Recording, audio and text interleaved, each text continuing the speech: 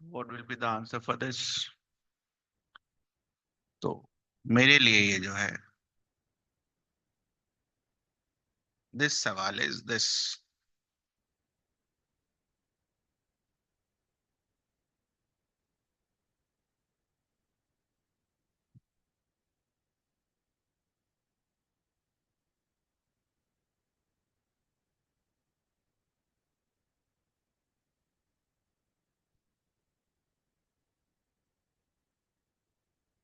I of 1 about this axis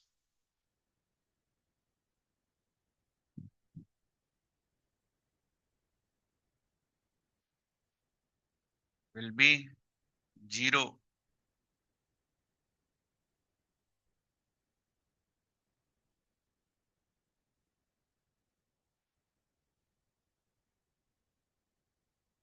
ठीक है, ये इसका सेंटर ऑफ मास है। तो I3 मतलब थर्ड का इस एक्सिस के about will be equals to what? I centre of mass plus जो दूरी दे रखी है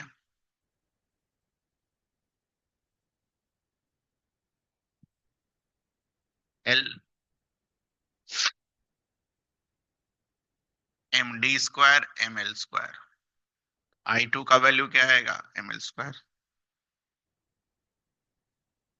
I3, सॉरी I3 तो हो गया, sorry.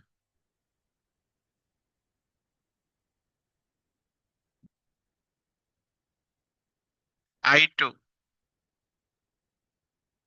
in order to calculate I2 about this axis, ये एक्सिस यही है ना ग्रीन वाली, पहले मुझे इसका सेंटर ऑफ मास का चाहिए होगा। I center of mass plus this दूरी is how much? L/2 ml²। I centre of मास कितना होगा? ml²/12। दोनों को ऐड करोगे तो यू विल गेट ml²/3। इस एक्सिस के अबाउट सेकंड वाले का ml²/3। ये आंसर आया होगा। इसमें कुछ पूछना आपको?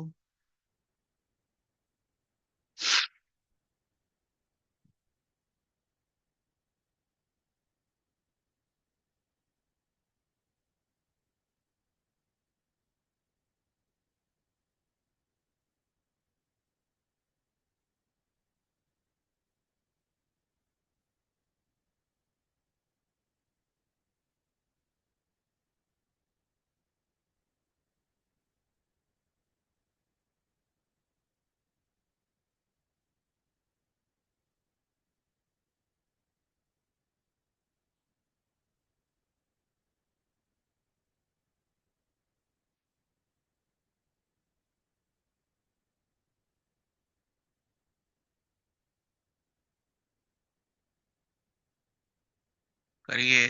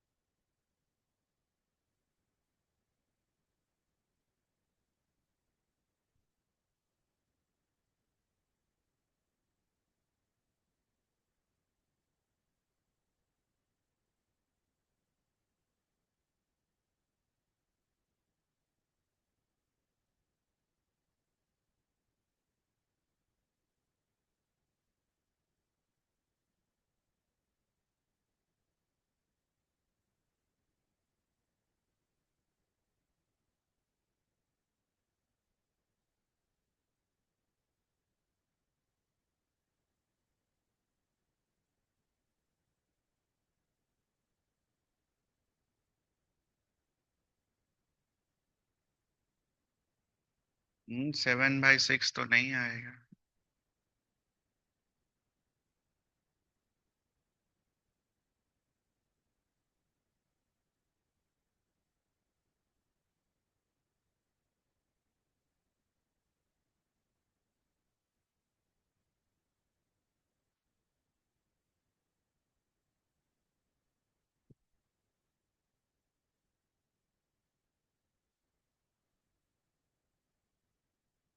ये सब तो आसान सवाल हैं, ये तो कहीं भी आ सकता है, सीबीएसई में, स्कूल में, नीट में। These are easy.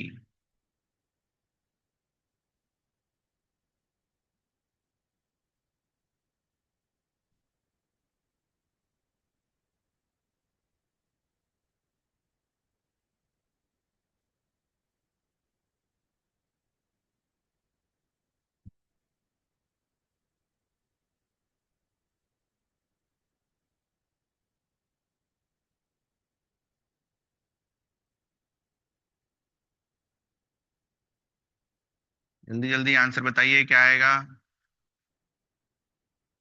इसका तो जीरो। इसका अभी जस्ट निकाला, इस एक्सिस के about ml² by 12, L/2 add कर देंगे। इस एक्सिस के अबाउट इस वाले का क्या आएगा? ml² by 3। इसका अभी जस्ट निकाला, 0 + ml²।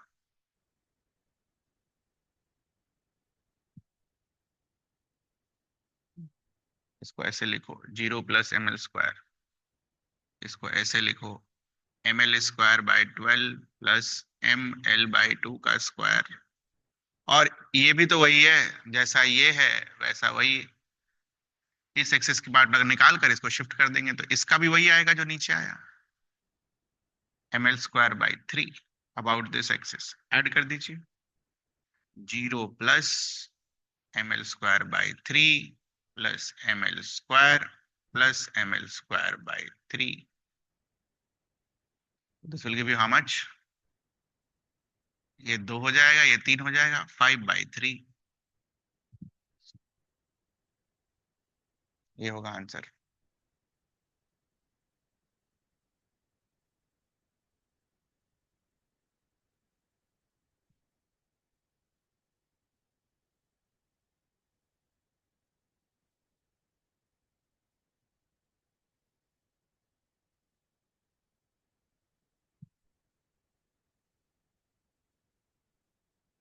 ठीक है, ये रहा अपना रॉड इस बार।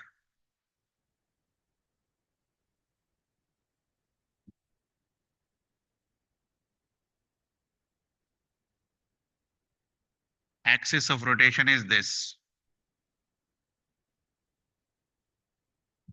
Axis of rotation is this. Find the moment of inertia.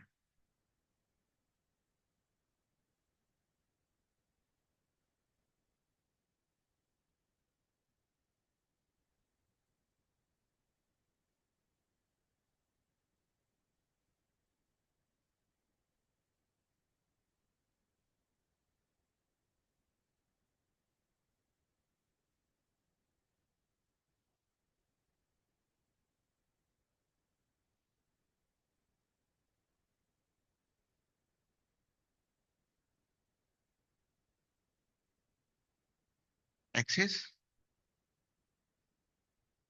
इस पॉइंट के बाद रोटेशन हो रहा है इसका। हाँ, परपेंडिकुलर है ऐसा।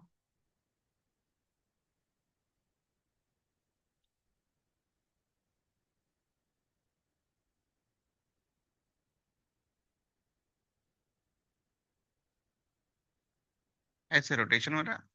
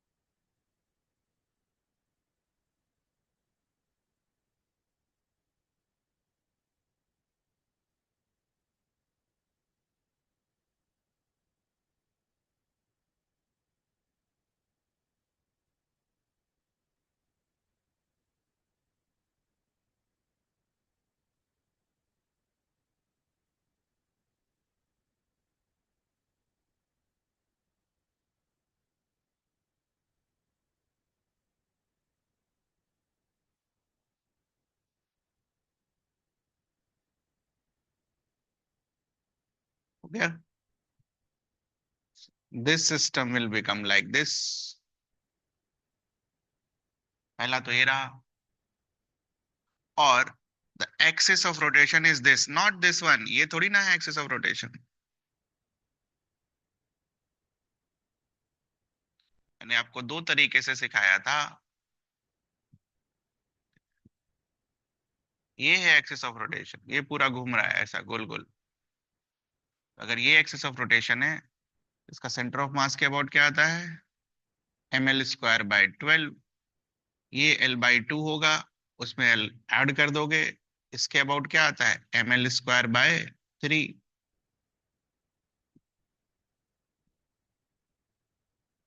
तो पहले वाले रॉड का उस एक्सिस के about will be ml²/3, not zero.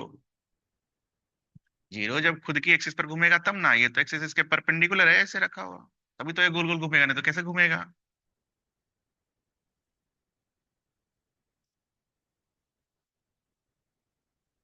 Plus इसके बाद वाला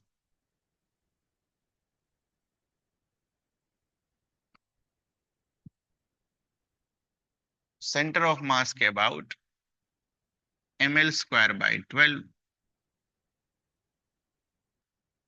और इसको पैरेलली शिफ्ट करना है। ये हमारी दूरी होगी, तो ये दूरी निकाल लेना होगा। This is l, this will be l/2, so this will be how much? l square, l² / 4, 5l² / 4, this much। ये दूरी है। तो अगर आप इसका, इस दूसरे वाले रॉड का इस पॉइंट के अबाउट मोमेंट ऑफ इनर्शिया करें, सेंटर ऑफ मास का तो ये रहा, प्लस d इज दिस। क्या निकालोगे? ICOM plus md² ml² / 12 plus m times d²। This will give you how much? ये 4, सॉरी 12 ml² और 4 3 जा 5, 4 3 जा 5 3 जा 15 ml²। This will give you 16/12 ml², 4/3 ml²। तो दूसरे वाले रॉड का इस एक्सिस के अबाउट आएगा 4/3, पहले वाले का ml²/3, दोनों को ऐड कर दीजिए।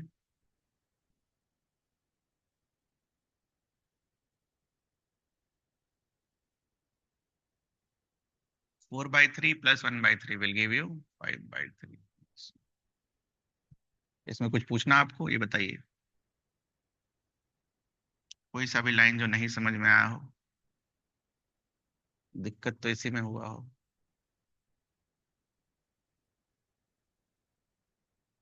Parallel axis theorem. पहले एक्सिस यहाँ पर है ऐसे परपेंडिकुलर, फिर एक्सिस ऐसे यहाँ पर है परपेंडिकुलर, तो डिस्टेंस क्या है दोनों के बीच का? ये हाइपोटेनियस। थोड़ा सा मैथ्स है इसीलिए डिफिकल्ट है।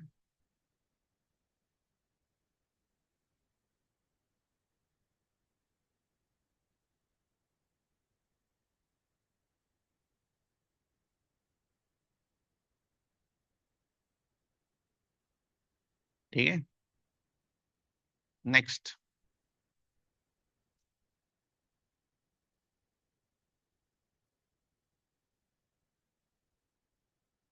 Find the moment of inertia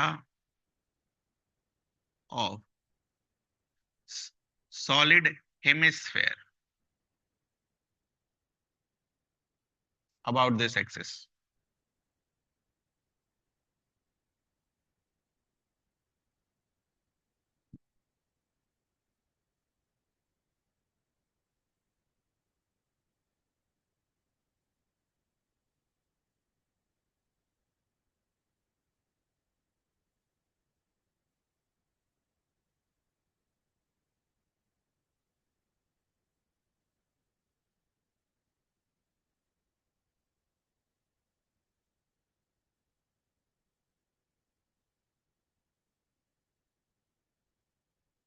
mass is m, radius is r.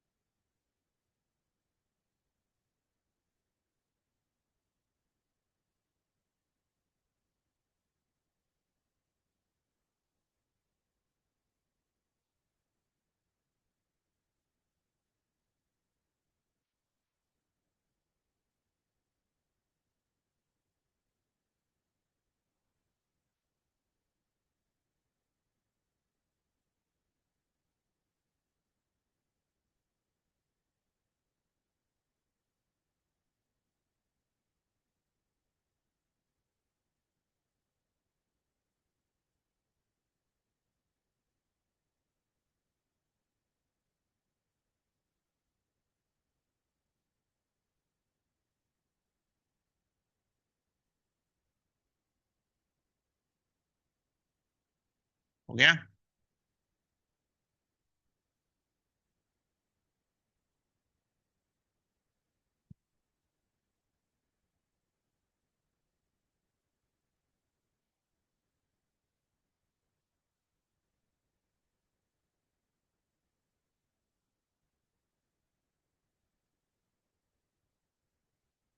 तो first of all, how it can be solved,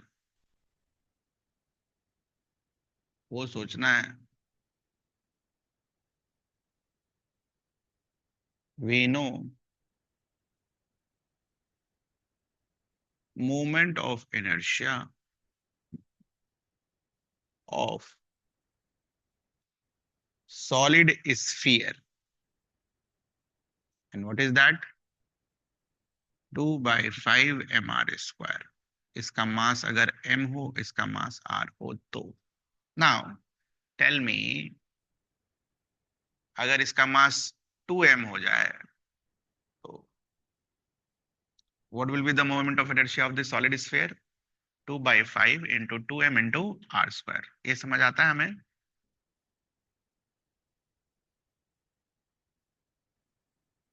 This solid hemisphere can be imagined as, sorry, solid sphere can be imagined as like this.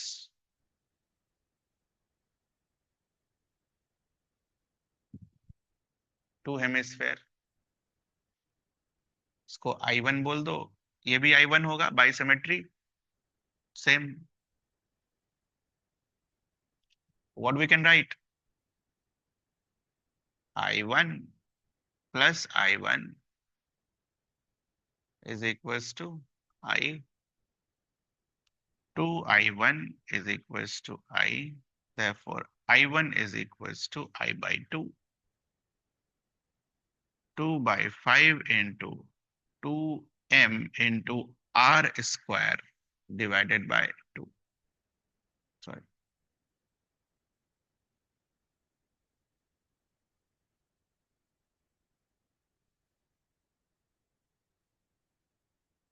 2/5 mr square. आधा क्यों कर पाए? क्योंकि हमने यहाँ पर moment of inertia 2m का लिखा। तो जब इसको आधा आधा करोगे तो mr, ये भी mr, जो चाहिए वो मिल जाएगा। तो कभी कभी ऐसे भी सोचना पड़ता है। ठीक है, ध्यान रखना। हेमिस्फेयर का तो याद नहीं किया था ना बेटा? हेमिस्फेयर का तो रट के नहीं गए थे, सॉलिड स्फीयर रटे थे। तो सॉलिड स्फीयर से हेमिस्फेयर कैसे निकाल सकते हो, इस तरीके से। ठीक है बच्चा?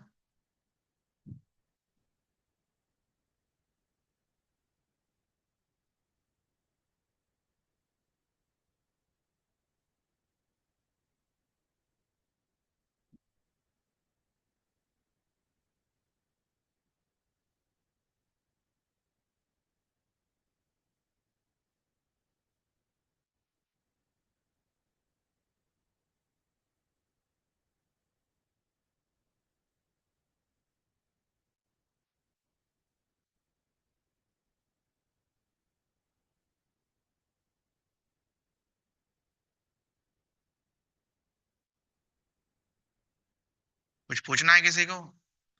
थोड़ा बहुत तो इधर उधर होगा ही ना, सब सीधा सीधा सवाल थोड़ी ना होगा। तरीका होता है ऐसा करने का, तो तरीका लर्न करना है। तो स्टार लगाइए इस क्वेश्चन में, 2 बार बनाइए घर पर। सब ऐसा नहीं ना होगा बेटा, सब सीधा सवाल तो नहीं होगा ना ऐसा। इसे तो सब बनाएगा।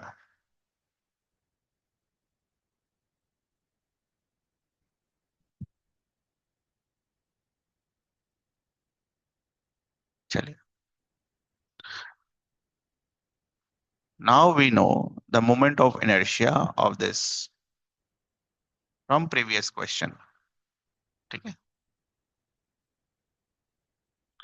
find the moment of inertia of same material about this axis. करिए।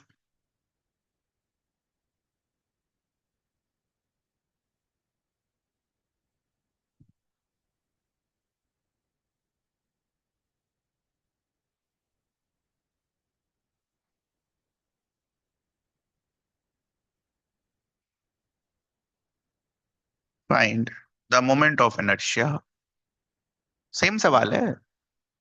आपसे मोमेंट ऑफ इनर्शिया इस एक्सिस के अबाउट पूछा गया, सेमी फिगर का मोमेंट ऑफ इनर्शिया दूसरे एक्सिस के अबाउट पूछा जा रहा है, जो कि ठीक है, डिस्टेंस खुद निकालना है।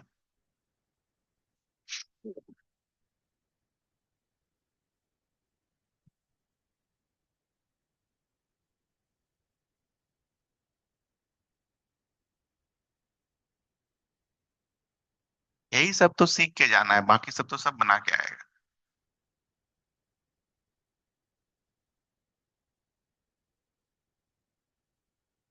मास is m, radius is r।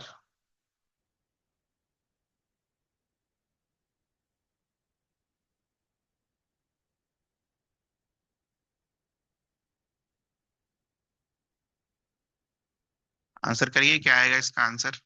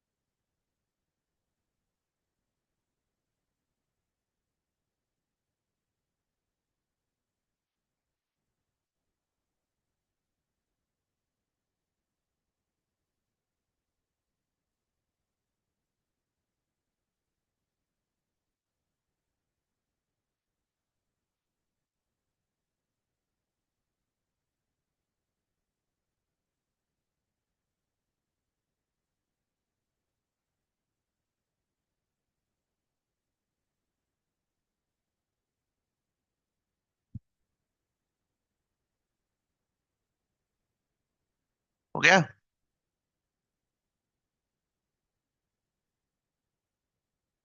So this दूरी विल बी आर, इस एक्सिस के अबाउट कितना है, 2/5 mr²। दूरी is r, mass is md² will give you how much? ये आया आपका आंसर।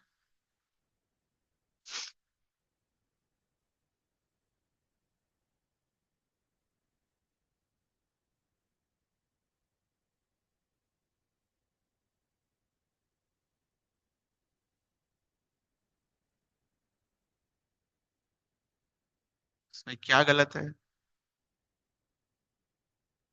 अरे भाई ये सेंटर ऑफ मास है ही नहीं।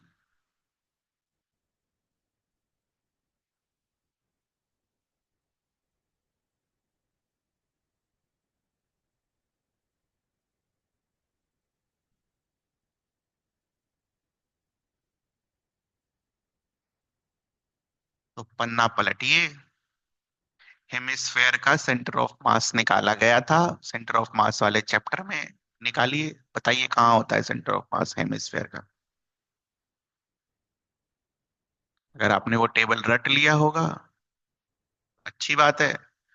और नहीं रटा होगा तो क्या हो सकता है वो देख लीजिए। नेगेटिव मार्क मिलेगा, -1।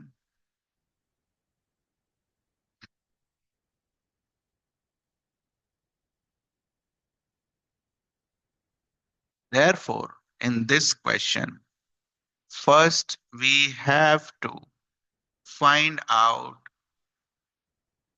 the center of mass from previous chapter, table जो मैंने आपको लिखाया था।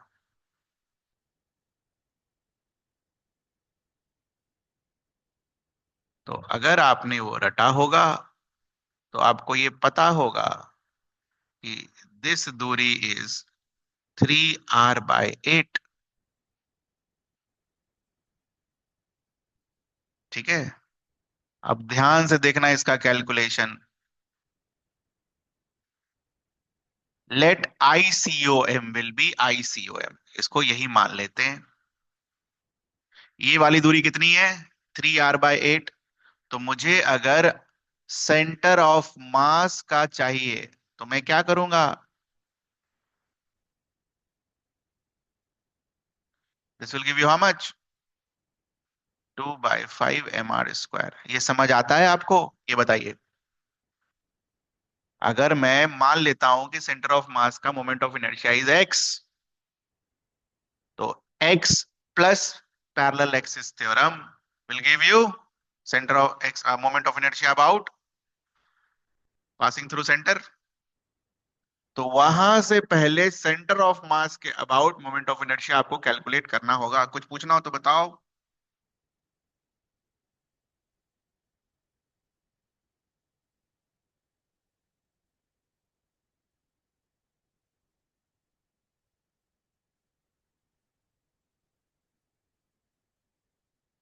This is your equation 1। अब जब ये मिल जाएगा इक्वेशन 1 से, तब तो सेंटर ऑफ मास के अबाउट आई मुझे पता है। So what will be my I axis, इसके अबाउट पूछा गया है।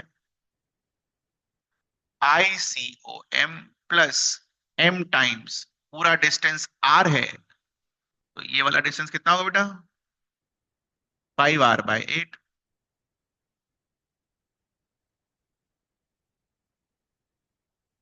तो यहां से सेंटर ऑफ मास निकालेंगे, उसको यहां पुट करेंगे, you will get your answer. ठीक है, कैलकुलेशन के मेहनत से बचना है तो क्लास 10 का लीनियर इक्वेशन याद करो, इनटू वेरिएबल्स, और चुपचाप दोनों को ऐड कर दो। ठीक है, देखा आपको कुछ कटता पिटता हुआ?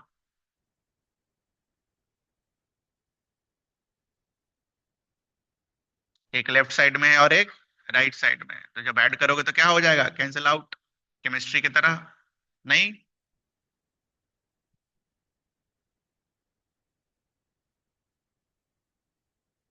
और अगर आपको ये नहीं समझ में आता है तो सेकेंड इक्वेशन को, देखिए मैथ्स है, फिजिक्स तो खत्म हो गया, इसको इधर ले आओ, इसको इधर ले आओ, और फिर अब इक्वेशन को जोड़ दो। समझ आ रहा है मैं क्या बोल रहा हूँ? मैथ्स से बचने के लिए। बाकी चॉइस आपकी है, कुछ पूछना हो तो बताओ, सवाल है ये। इसके पहले तो बस टाइम पास हो रहा था।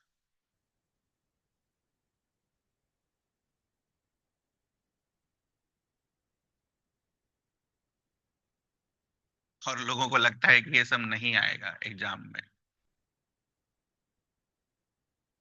काहे भाई? तो एनसीईआरटी में नहीं है।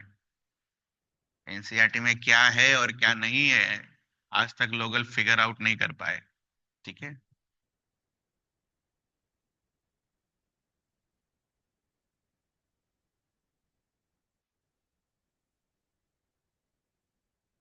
कुछ पूछना हो आपको इसमें, बताइए।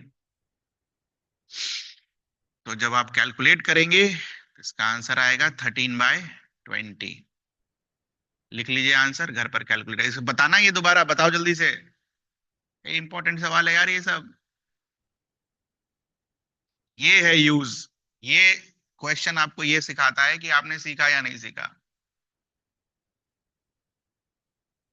सेंटर ऑफ मास को एक्स मान लिए, एक्स का वैल्यू निकाल लिए, और फिर वहां से फिर दूसरी जगह शिफ्ट हो गए।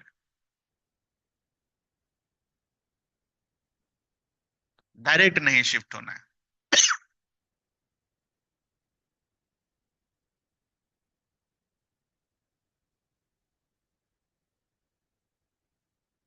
ठीक है, चलो अगला थ्योरम लिखो।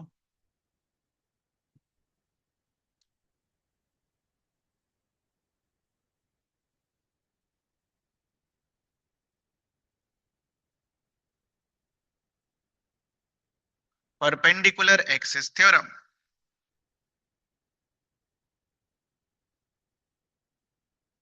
It is valid only for 2D shapes. What could be 2D shapes for us?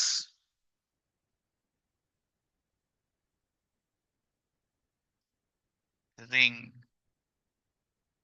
disk, ये है हमारा 2D shape, ETC। Rectangle,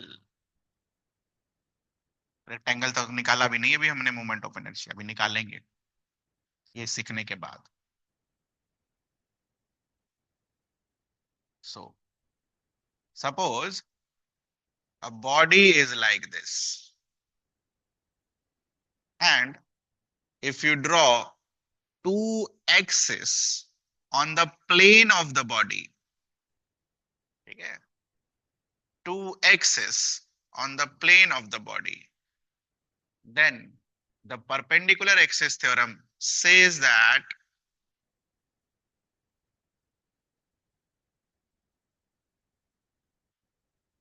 Iz is equals to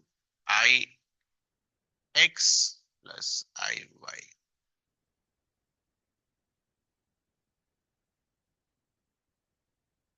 X और Y जो है बेटा, they are in the plane of the body। ध्यान रखिएगा।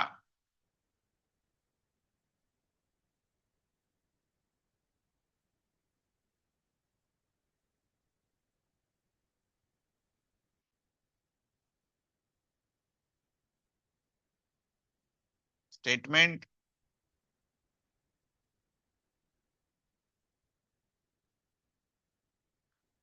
moment of inertia about the axis perpendicular to the body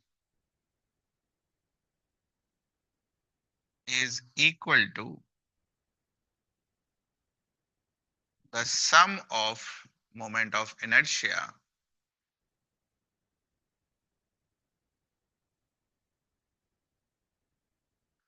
about mutually perpendicular axis in the plane of body.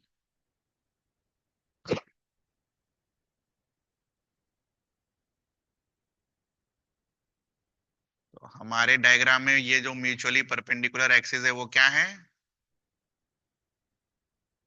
X and Y.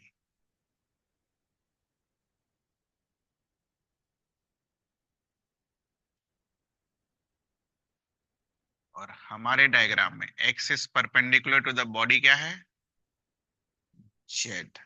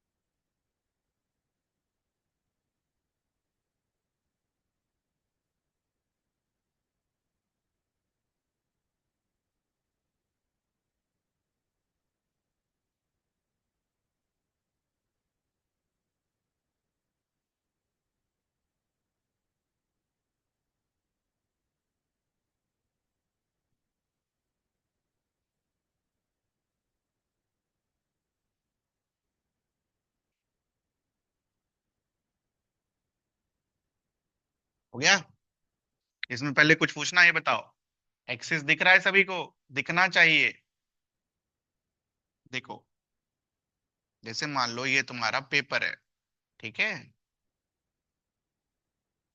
तो x और Y जो मैंने बनाया है वो plane of paper में बनाया है। This is my Y, this is my x.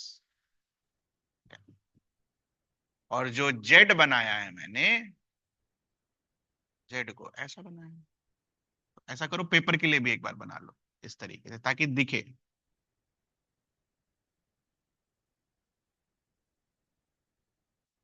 जैसे वहां पर सेंटर ऑफ मास था ना, वैसे ही यहाँ पर एक्सिस है। ठीक है?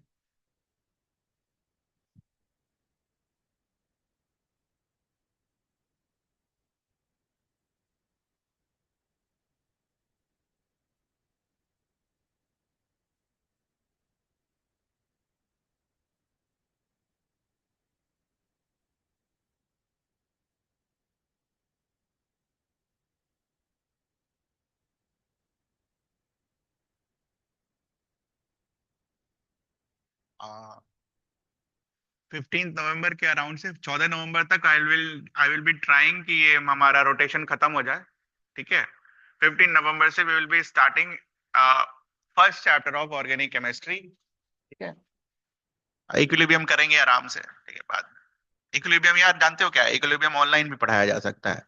तो मैं क्या चाह रहा था ना कि ठंड के पहले मतलब ऑर्गेनिक केमिस्ट्री वाला जो पोर्शन है वो करें। तो एक चैप्टर ऑर्गेनिक केमिस्ट्री का जो बेसिक्स है, बेसिक्स मतलब 20-22 लेक्चर वाला बेसिक, ठीक है।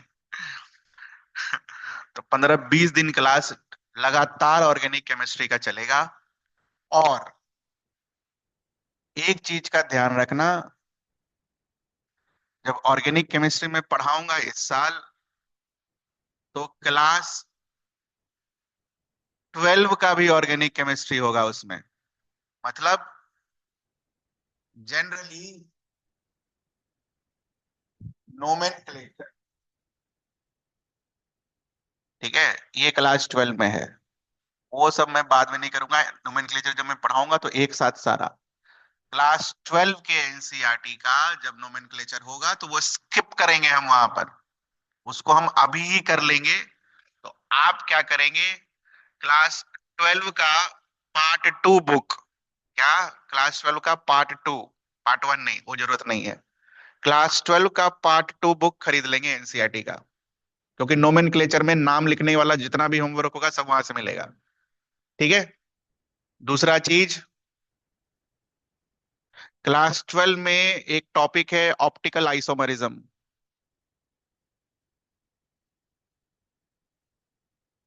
एनसीईआरटी में काफी आसान दे रखा है, एग्जाम में आसान नहीं पूछता है, तो इसको भी डेप्थ में डील करेंगे, ठीक है। जितना आइसोमरिज्म होगा, ठीक है, 12 और 11 वाला दोनों मिलाकर। 12 में ऑप्टिकल आइसोमर्स हैं, 11 में ज्योमेट्रिकल आइसोमर्स हैं, सिस ट्रांस ये सब। तो पूरा 12 वाला आइसोमरिज्म जो होगा वो अभी ही करवा दिया जाएगा। अगले साल अल्काइल हैलाइड चैप्टर में जब आइसोमरिज्म आएगा, ऑप्टिकल आइसोमर, कायरल वायरल क्या होता है, डिस्टो रोटेटरी, रिवो रोटेटरी वगैरह क्या होता है, ये सब नहीं पढ़ाऊंगा मैं क्लास में। पहले बता दे रहा हूँ कि ना ही मेरे पास इतना समय है और ना ही मेरा जो हेल्थ है वो मुझे परमिट करता है। तो पहले मैं दिमाग में दे दे रहा हूँ, ये एक्सपेक्ट मत करिएगा कि क्लास 12 में दोबारा से मैं नोमेनक्लेचर कराऊं, नहीं कराऊंगा, ठीक है। सीधा बात, नहीं नहीं, कोई इसमें मतलब संकोच नहीं होना चाहिए, ठीक है। इस साल भी नहीं कराया, अगले साल भी नहीं कराएंगे। तो जो सीखना है सीख लीजिएगा। और जो भी ऑर्गेनिक केमिस्ट्री हम क्लास 11 में पढ़ेंगे वो भी सुन लो। इसके बाद जब, ये तो अभी इंट्रोडक्शन वाला चैप्टर होगा, इसके बाद जब हाइड्रोकार्बन वाला टॉपिक होगा, ये मत सोचना कि हाइड्रोकार्बन बस 11 में ही है, ठीक है। जितने 5 चैप्टर्स हैं आपके, alkyl halide, alcohol phenols ethers, aldehydes ketone carboxylic acid और नाइट्राइल, ये 4 चैप्टर जो क्लास 12 के हैं, सब में हाइड्रोकार्बन है, ठीक है। और एनसीईआरटी क्या किया है क्लास 12 वाला, बस लिख देता है how you will prepare aldehyde from hydrocarbon, और लिखा है रेफर क्लास 11 यूनिट 13। तो रेफर करते करते मर जाओगे, ठीक है। तो हाइड्रोकार्बन जब मैं यहां पर पढ़ाऊंगा तो again it will be in very detail. आपको अच्छा लगे नहीं लगे उससे मुझे कोई फर्क नहीं पड़ता, आपके अच्छा लगने के लिए मैं नहीं पढ़ा रहा हूँ, ठीक है, आपके सिलेक्शन के लिए मैं पढ़ा रहा हूँ। अच्छा लगने के लिए नहीं पढ़ा रहा हूँ मैं। अच्छा लगने के लिए पढ़ाना होता तो ये सब नहीं पढ़ा रहे होते, ठीक है, कि कैसे शिफ्ट होता है। ध्यान रखिएगा इस चीज का। अच्छा लगने के लिए होता तो ये सब सवाल हम नहीं कर रहे होते, यही खत्म हो जाता ये, कैसे शिफ्ट करते हैं खत्म, ठीक है। तो ध्यान रखिएगा, ऑर्गेनिक केमिस्ट्री जो होगा इन डेप्थ होगा। और most important part about organic chemistry is, बेटा, जितना रटेंगे उतना आपका भला होगा। और अगर शुरू से इंटरेस्ट नहीं जागा तो नीट और जेई तो भूल ही जाओ, सीबीएसई में भी खराब नंबर आएगा, ठीक है। सीबीएसई में खराब क्यों आएगा, क्योंकि जो दूसरा वाला बुक जब आप खरीदेंगे तो वहां देखेंगे कि 5 के 5 चैप्टर ऑर्गेनिक के हैं और वो 35 नंबर का है 70 में से। 50%। तो ऑर्गेनिक केमिस्ट्री आपको अच्छा लगे चाहे आपको अच्छा नहीं लगे, हिस्ट्री के तरह, सोशल साइंस के तरह रटना है। As simple as that. ठीक है। It's about 80% memorisation and 20% concept. तो अगर आप ये 80% पर फोकस करेंगे ये हो जाएगा। और अगर आप सोचेंगे कि हम सब समझ लें, आज तक तो कोई नहीं समझ सका, बाकी आप देख लीजिएगा। बोलने वाले लोग बहुत कुछ बोलेंगे कि ऐसे समझ लो, वैसे समझ लो, वैसे समझ लो। ठीक है। 4 दिन बाद बुला के पूछो कि ये कैसे होता है तो बता नहीं सकेगा कोई। ठीक है। ध्यान रखिएगा इस चीज का। तो समझ में आ गया। डे 1 से रटना है, डे 1 से। ये पेंडिंग नहीं होना चाहिए। चाहे जो उसके बाद छूट जाए तो छूट जाए। डे 1 से रटना है तो रटना है बेटा, अगर अच्छा करना है तो। नहीं करना है तो खैर कोई बात ही नहीं है। फिर जैसे पढ़ रहा है, जैसे सब पढ़ रहा है वैसे आप भी पढ़िएगा। और फिर अगले साल इसी समय बोलिएगा कि सर हमको ऑर्गेनिक केमिस्ट्री कुछ नहीं समझ में आ रहा है। समझने का क्या है उसमें, सब रटने का है। ठीक है। तो मैंने लाया है केमिस्ट्री में 100 आउट ऑफ 100। तो जैसे मैंने किया वैसे मैं बता रहा हूँ। ठीक है।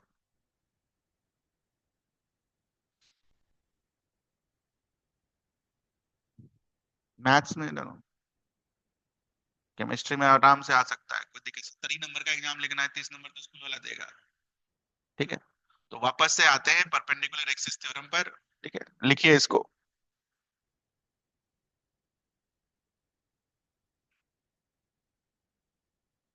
कुछ नहीं समझना, समझना, as simple as that.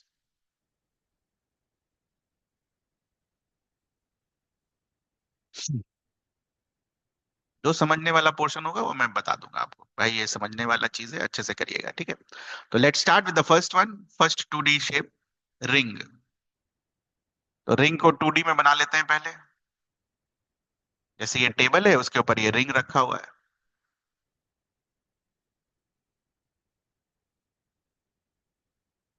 Now we have already calculated the moment of inertia of the ring about this axis। चलो लिखो क्या होता है इसका।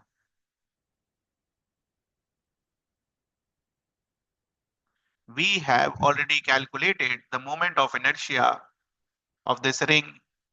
अरे वो सब अपने से ले लिया करो यार, m और r। So tell me what will be the moment of inertia of this ring about this axis। इसके axis के about moment of inertia क्या होगा। आई होप सबका आंसर आ गया होगा। mr²। Now suppose someone tells you नहीं भाई ring को ऐसे नहीं घुमाना है, रिंग को इस एक्सिस, तो ये एक्सिस जो बना कहाँ बना, प्लेन ऑफ द रिंग में। या फिर इस रिंग को इस एक्सिस के अबाउट घुमाना है। सो दूसरा वाला एक्सिस भी कहाँ बना, प्लेन ऑफ द रिंग में। कहने का मतलब है ये तुम्हारा रिंग था, इसको ऐसे काट दो। ये तुम्हारा रिंग था, इसको ऐसे काट दो। तो अगर आप इसको रोटेशन के टर्म से सोचो तो ये ऐसे गोल गोल घूम रहा होगा, ऐसे ऊपर नीचे। और ये कैसे घूम रहा होगा, ऐसे। और ये कैसे घूम रहा होगा, इस तरीके से। तीनों अलग अलग है, दिख रहा है आपको। ये सोचने के लिए बस, कैसे घूम रहा होगा। तो अगर हम इस रिंग को देखें तो रिंग इज सिमेट्रिकल।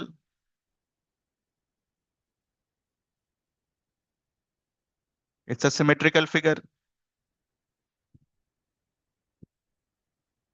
तो सिमेट्रिकल फिगर के लिए we can write I X is equals to I Y. So our equation will become,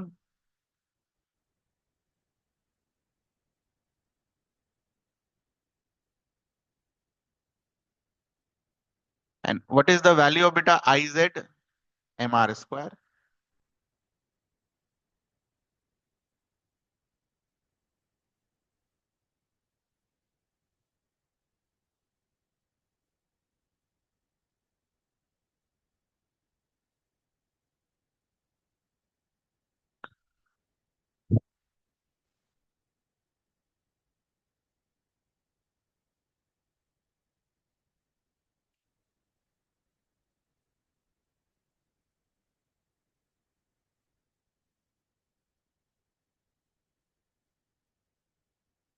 सो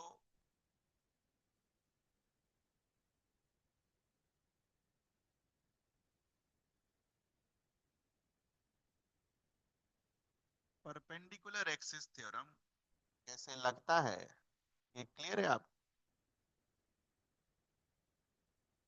ये वाला चैप्टर रोटेशन में आपको बहुत आराम आराम से पढ़ाऊंगा, कहीं नहीं भागूंगा मैं, एकदम धीरे धीरे आराम आराम से, कोई हड़बड़ी नहीं है मुझे।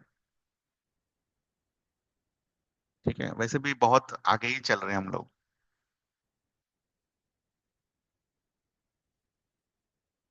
कुछ पूछना है आपको इसमें? सिमेट्रिकल फिगर था, इसीलिए लगा पाए। I X is equal to Y Y, symmetrical figure कैसे बोल दिया बेटा? ठीक है, सिमेट्रिकल फिगर इसलिए बोल दिया, अब समझना ये भी है, सिमेट्रिकल फिगर किसको बोलेंगे। तो अगर रिंग ऐसे बांट, कितना मास आएगा दोनों तरफ? आधा आधा। रिंग को ऐसे बांटो, कितना मास आएगा दोनों तरफ? आधा आधा, इसमें तो कोई डाउट नहीं है। ठीक है, बट ठीक है, यहां पर अगर आप देखो, जैसा पॉइंट इधर वैसा पॉइंट इधर, same applies with this also. यहां से ये वाली दूरी और यहां से ये वाली दूरी क्या होगी? सेम। अगर आपने इस एक्सिस पर ये पॉइंट लिया है, ठीक है, तो ये वाली दूरी और ये वाली दूरी दोनों क्या होगी? सेम। तो मास का जो डिस्ट्रीब्यूशन है दोनों में क्या है? सेम। दोनों में सेम है,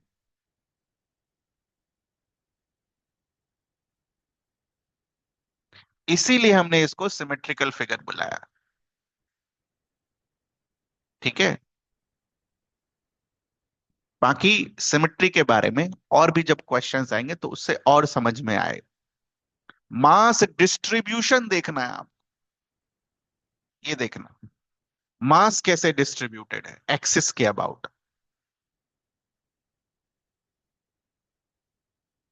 तो सर्कल में बेटा कैसे भी काट लो डायमीटर के अलोंग, मास डिस्ट्रीब्यूशन क्या रहेगा? सेम।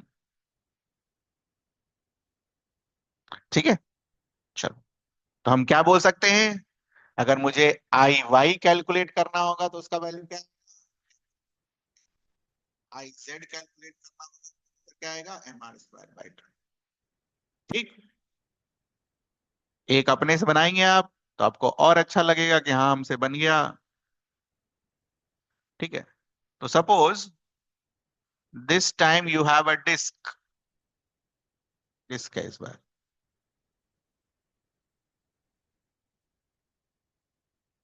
स डिस्क। तो जो डिस्क के बारे में पता है पहले वो लिखो, बताओ आई जेड क्या होगा?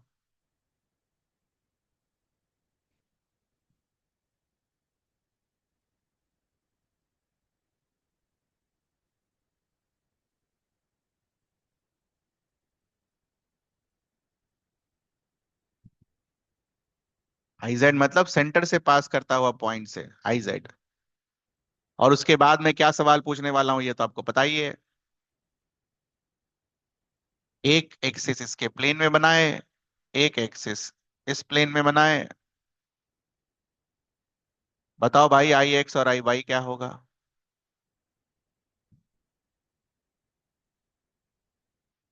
आई जेड लिखा गया।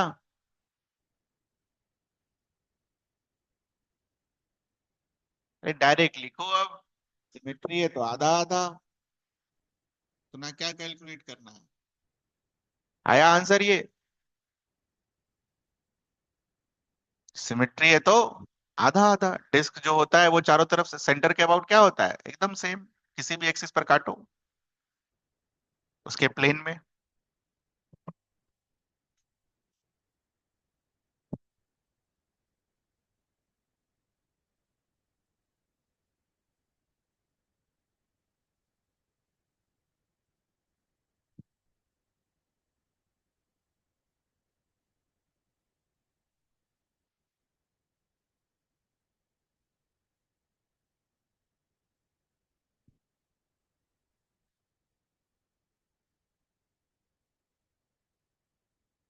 डन। चलो, अब थोड़ा दिमाग खुला रखना। मैं आपको हिंट देता जाऊंगा, एक्चुअली ये एग्जाम्पल मुझे कराना था, बट मैं चाहता हूँ एज अ क्वेश्चन आप करें। मैं आपको हिंट देता जाऊंगा क्योंकि इसके रिलेटेड मैंने सब कुछ आपको सिखा दिया है। Suppose this is my disc. Disc बनाइए।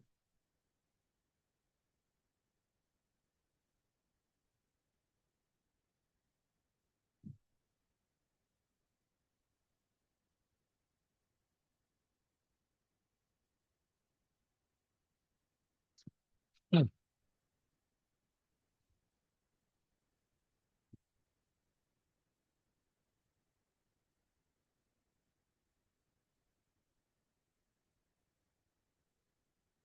बन गया सभी का?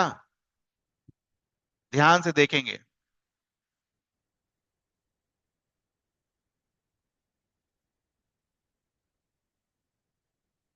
Suppose this was my I Z and this was my I X, और ये जैसा आई वाई था वैसा ही। तो can we calculate the value of I Z, I X and I Y now? अभी कर सकते हैं हम?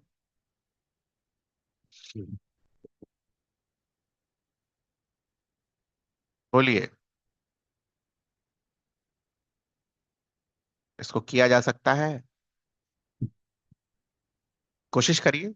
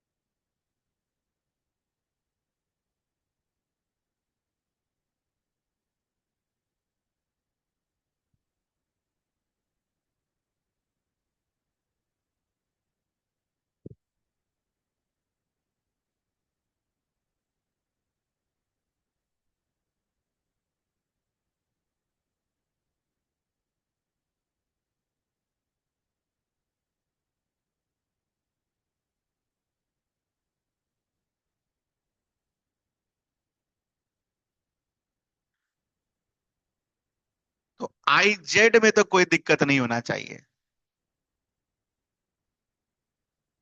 है ना? This is my centre of मास। इसका सेंटर ऑफ मास कहाँ होता है? सेंटर पर ही होता है। तो ये जब आप लिखते हो तो ये आप क्या लिखते हो? I centre of mass. और I centre of mass is equal to what?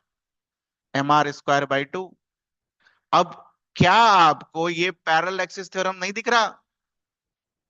Axis जो है पैरेलली आर दूरी पर शिफ्ट करा दी गई है सेंटर ऑफ मास से।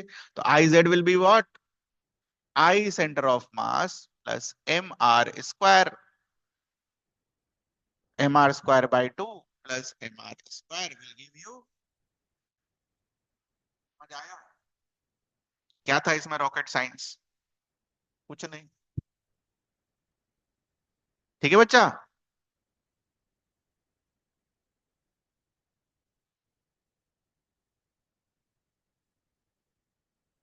तो आई जेड में कोई दिक्कत नहीं हुआ होगा आप, नहीं होना चाहिए मेरे हिसाब से।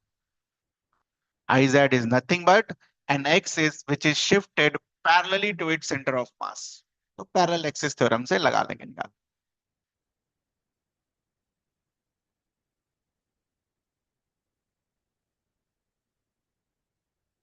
ठीक है बच्चा। Now the concept will apply for I Y. अच्छा एक बात बताओ, एक्सिस वाई वाला बस खाली देखना। वाई को तुम यहां से लिखो या वाई को यहां से लिखो, क्या एक्सिस चेंज हुआ है वाई का? बताओ। Y is what? सेम। तो वाई अगर सेम है तो इसका मोमेंट ऑफ इनर्शिया जैसे पहले था वैसे रह जाएगा, M R square by four. Since no change in Y X, अरे पॉइंट खाली शिफ्ट हुआ है ना, हमें तो एक्सिस से मतलब है। हमें पॉइंट से नहीं मतलब है ना किस पॉइंट के अबाउट रोटेट, हमें तो एक्सिस से मतलब है किस एक्सिस के अबाउट रोटेट कर रहा है। तो जब एक्सिस ही चेंज नहीं हुआ है तो उसका मोमेंट ऑफ इनर्शिया वही रहेगा जो पहले था। ये है कंसेप्ट, ये सीखना है आप, ये लर्न करना है आपको, क्यों हुआ वो लिखना है, ये इंपॉर्टेंट है। Since no change in Y axis.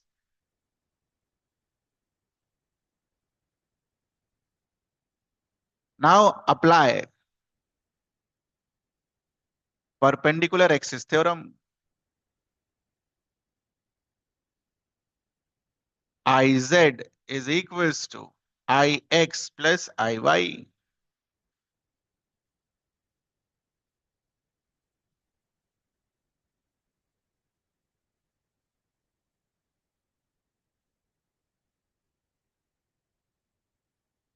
3/2 में से 1/4 घटा देंगे, 5/4 बचेगा।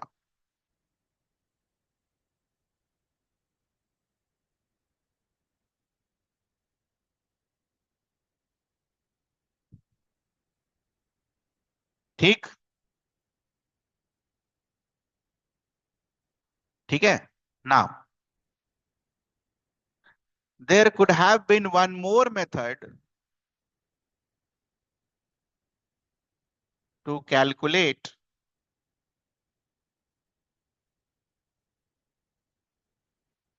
आई X. What could have been that? सोच सकते हो आप? अरे सोचो, ये वाला हमें पता था, कितना था ये? mr² by 4 था ना। और ये mr²by 4 क्या है? Passing through centre of mass. mr²by 4 क्या है? सेंटर से पास होता हुआ, तो सेंटर ऑफ मास के थ्रू पास होता हुआ। Don't you think again it's a parallel axis theorem?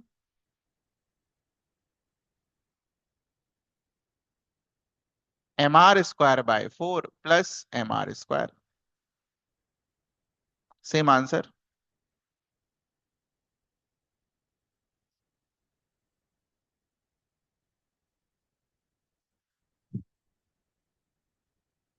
अरे सेंटर ऑफ मास तो सेंटर है ना बेटा, उससे पास करता हुआ जो भी एक्सिस होगा दैट विल बी ICOM।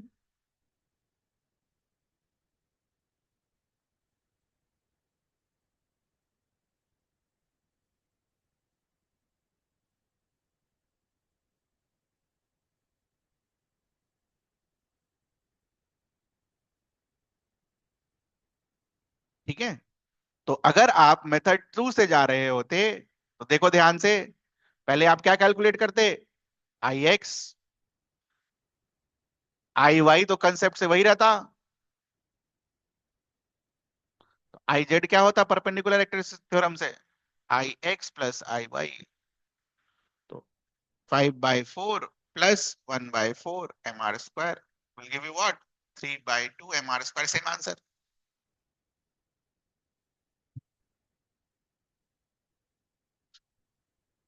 तो या तो पहले आई जेड कैलकुलेट करके आई एक्स कर लो, या फिर पहले आई एक्स कैलकुलेट करके आई जेड कर लो, चॉइस आपकी है, बट ध्यान यही रखना, सेंटर ऑफ मास का। ठीक है, सेंटर ऑफ मास का, पैरेलल एक्सिस के लिए सेंटर ऑफ मास का, और परपेंडिकुलर एक्सिस के लिए सिमेट्री का। सिमेट्री हुआ। ठीक है, अब यहां पर आप देखो, ठीक है, इधर देखो यार ध्यान से यार, ये सब जरूरी चीज है। यहां पर जब तुमने आई जेड निकाल लिया 3/2 mr², इस एक्सिस के अबाउट जब आपने आई जेड निकाल लिया, ये वाला काला वाला, तो आपने इसको 3/4 mr² नहीं लिखा। आपने इसको 3/4 mr² नहीं लिखा, क्यों नहीं लिखा? क्योंकि इस बार वो सिमेट्री नहीं है। एक्स और Y axis they are not symmetrical this time. देखो तुम ध्यान से, एक्स एक्सिस के एक ही साइड में पूरा डिस्क है, दिख रहा है आपको। बट वाई एक्सिस आप देखोगे तो वाई एक्सिस के आधे में इधर भी डिस्क है, उधर भी डिस्क है। तो सिमेट्रिकल मास डिस्ट्रीब्यूशन नहीं है, इसीलिए 3/4 नहीं लिखा हमने। आई जेड निकाल कर दोनों को आधा आधा कर लिया, इट्स नॉट सिमेट्री।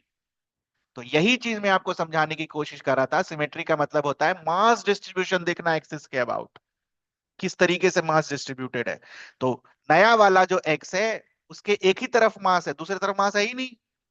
जबकि आई वाई को देखो, आधा मास दाहिने आधा मास बाएं, तो इसका मास डिस्ट्रीब्यूशन और इसका मास डिस्ट्रीब्यूशन अलग अलग है। इसीलिए मोमेंट ऑफ इनर्शिया भी सिमेट्रिकल नहीं आया, अलग अलग आया। अब क्या होता है, लोग इतना पढ़ लिख लेते हैं ज्यादा कि हमेशा I X equals to I Y कर देते हैं, हमेशा होगा। ये सवाल समझ में आया आपको क्यों कराया गया? इसीलिए हमेशा नहीं होगा, आपको सिमेट्रिकल देखना होगा, थोड़ा सोचना होगा। ये नहीं कि आंख बंद करके खाली फॉर्मूला लगा देना कि बाई बाई टू कर दो, बाई टू कर दो। तो बाई टू कर दो तो नंबर भी बाई टू हो जाएगा।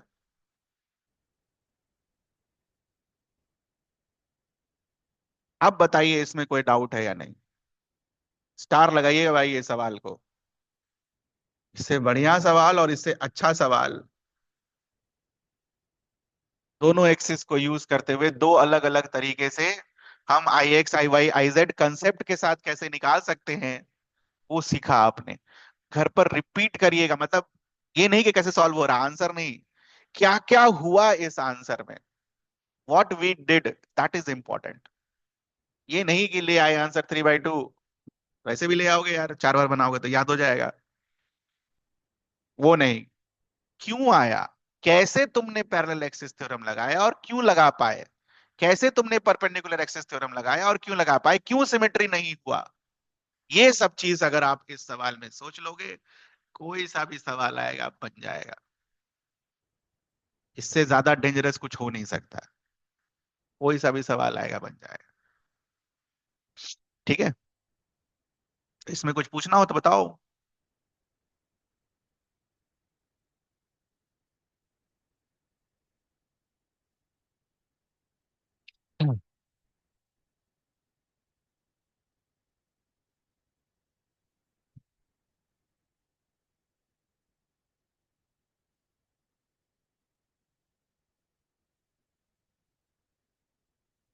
चलो एक और कर लेते हैं, मतलब ये टॉपिक ही है।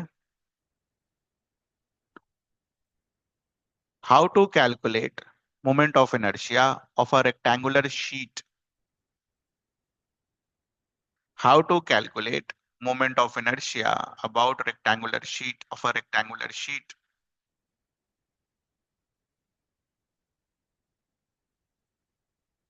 Let this be L, this be B. It's very easy. It's very easy. And हम सबको पता है रेक्टेंगल है तो इसका सेंटर ऑफ मास कहाँ होगा? L/2 कॉमा B/2 पर। तो सेंटर ऑफ मास बना दीजिए, प्लेन में बनाइएगा पहले तो, प्लेन में।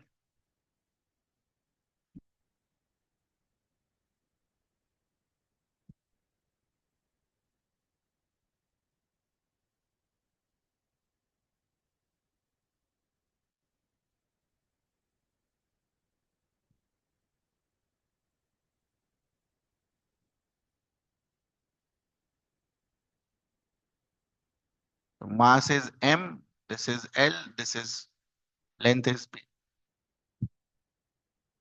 ठीक है, तो how to calculate, say for example, if I have to calculate moment of inertia about x axis, ठीक है, x axis के अबाउट, तो ऐसा एक थिन एलिमेंट लेंगे dx लेंथ का x दूरी पर। तो अगर आप इस थिन एलिमेंट को अलग से बना लें, तो ये रहा मेरा एलिमेंट एंड ये रहा मेरा एक्सिस ऑफ रोटेशन। कैसे घूमेगा? ये पेपर के बाहर निकल रहा होगा, ये पेपर के अंदर जा रहा होगा, एक्सिस ऑफ रोटेशन। समझ आया ये चीज? पेन को कॉपी के ऊपर रख दो और एक एंड को ऊपर उठाओ, उस तरीके से ये रोटेट कर रहा होगा। तो एक बात बताओ, डोंट यू थिंक ये हमारे लिए क्या है? Thin rod? नहीं। What is the moment of inertia of a rod about the centre of mass? इसके अबाउट क्या होता है? ml²/12। अब देखो, मास तो ये पूरे रेक्टेंगुलर शीट का m है, तो ये जो स्मॉल एलिमेंट है इसका मास क्या होगा? dm। What will be the length of the rod? Length क्या है बेटा? b।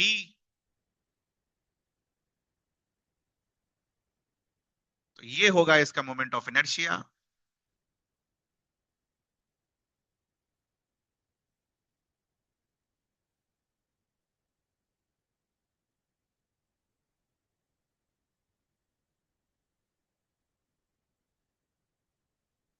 Element looks like thin rod, therefore ml²/12। m has been replaced by dm, क्योंकि पूरा मास नहीं है ना, छोटा मास है dm। नाउ टेल मी, क्या इस इक्वेशन में b चेंज हो रहा है? नहीं। क्या इस इक्वेशन में 12 चेंज हो रहा है? नहीं। तो अगर मुझे टोटल मोमेंट ऑफ इनर्शिया चाहिए तो मैं क्या करूंगा? b और 12 को बाहर लिखूंगा, integral dm। It will give you what? mb²/12। ये रहा answer.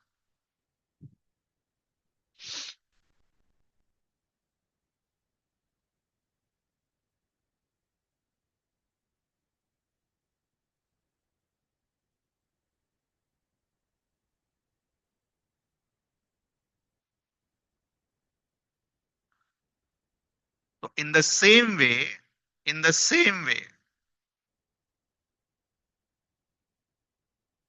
with the same logic,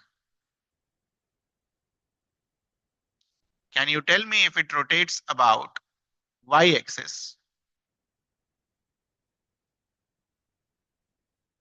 what will be the moment of inertia about y-axis? ये रहा आपका एलिमेंट,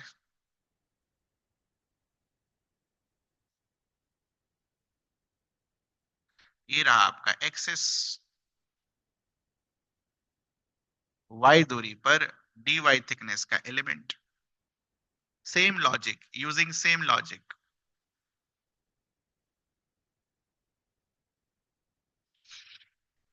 बता सकते हैं क्या होगा? आई वाई,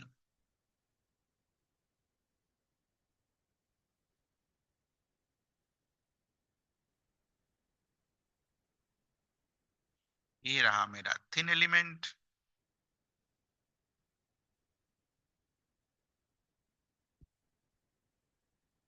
ये रहा उसका एक्सिस ऑफ रोटेशन y, ये रहा एलिमेंट का लेंथ, और ये रहा एलिमेंट का मास dm।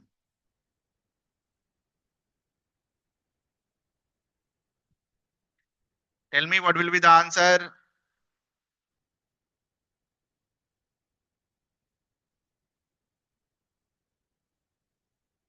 So this time dm into l², और फिर उसका इंटीग्रल।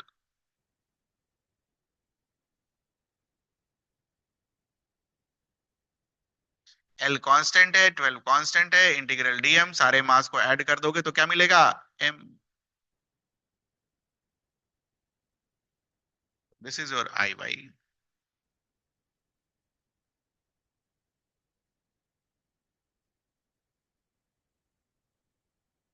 यहां पर बेटा आई एक्स और आई वाई बराबर क्यों नहीं आया?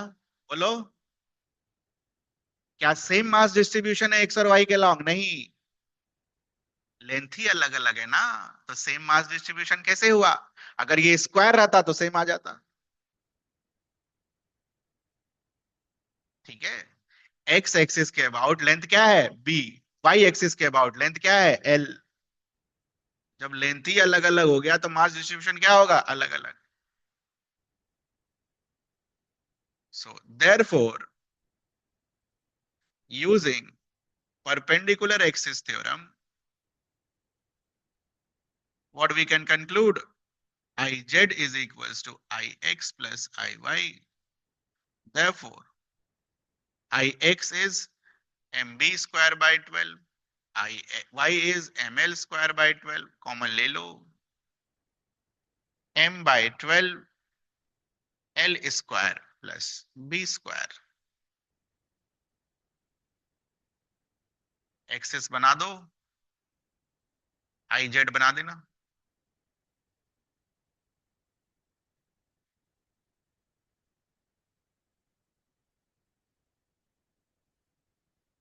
This is x, this is y. z क्या होगा? Perpendicular to the paper, z. मतलब अगर आपका शीट ऐसा है,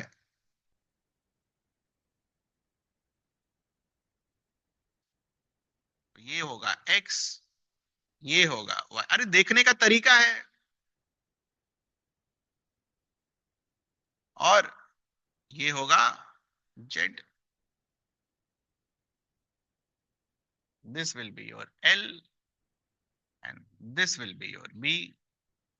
यहां पर this will be your L, this will be your B.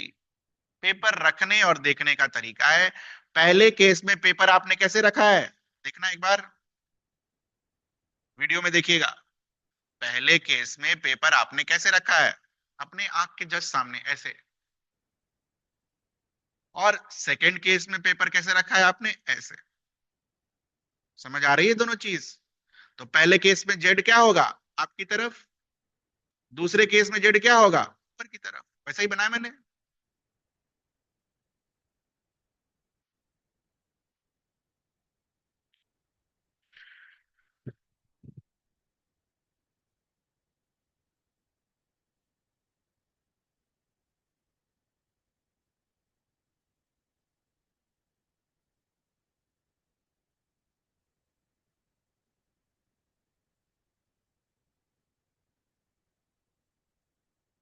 याद रखना है.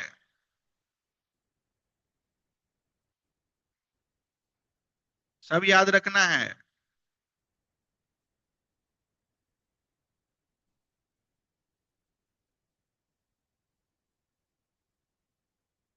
डायग्राम के साथ.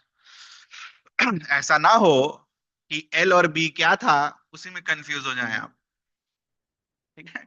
एक समय के लिए लगेगा एक्स निकाल रहे हैं तो एल ले लेते हैं. नहीं, अरे एक्स निकाल रहे हैं तो एक्स के अबाउट जब रोटेशन होगा तो लेंथ बी हो जाएगा ना एलिमेंट का. ध्यान रखना, यही गड़बड़ होगा. डायग्राम के साथ याद करना है. होमवर्क लिखो. derive Ix, Iy and Iz for a square of side A. ये रहा आपका होमवर्क.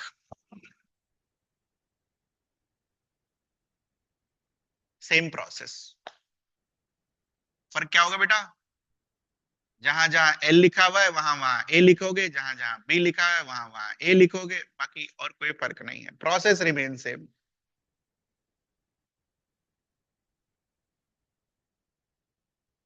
दूसरा होमवर्क.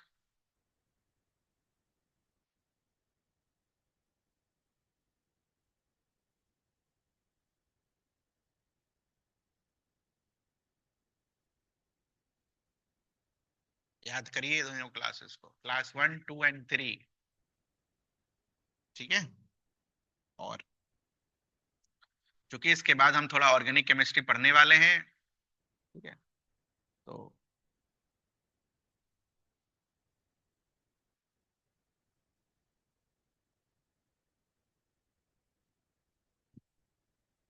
Revise chemical bonding. समय है आपके पास 2 सप्ताह, आराम से कर लीजिए. ठीक है. कुछ पूछना हो किसी को, बोलिए. Anything that needs to be asked? नहीं, जा सकते हैं आप.